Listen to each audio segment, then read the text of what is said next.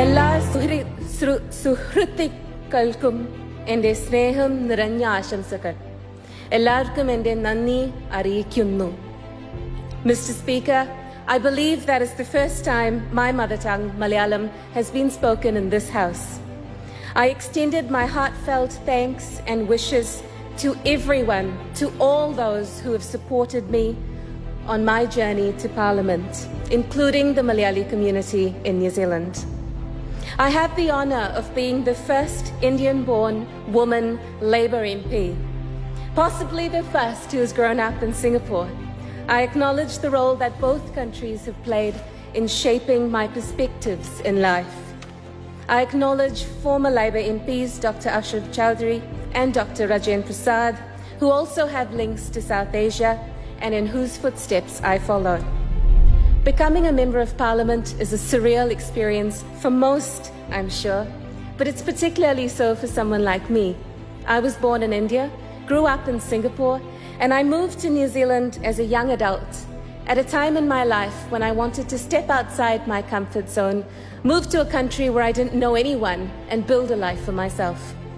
It was the best decision of my life, and I am grateful for the opportunities that New Zealand has offered me, opportunities that should be equally available to everyone.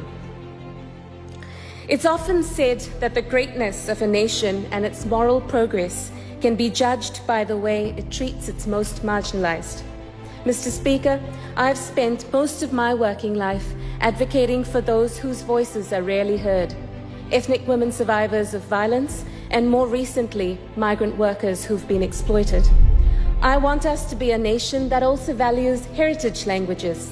Language connects us to our unique histories and identities.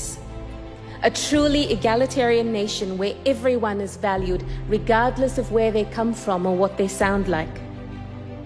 Where migrants don't feel that they have to change their names to be considered for jobs that they're qualified for. Where people from different ethnic communities are well represented in leadership roles. Our collective strength lies in our diversity. We are strong because of our diversity and not in spite of it. Mr. Speaker, it's often said that we stand on the shoulders of those who have gone before us. I acknowledge the role that my extended family has played in shaping who I am today.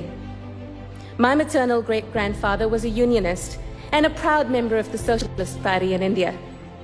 Both he and my maternal grandfather were medical doctors who treated those who couldn't afford treatment for free.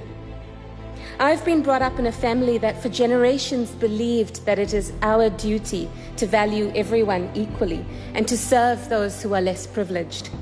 I stand in this House recognizing that it's a privilege, and with privilege comes great responsibility.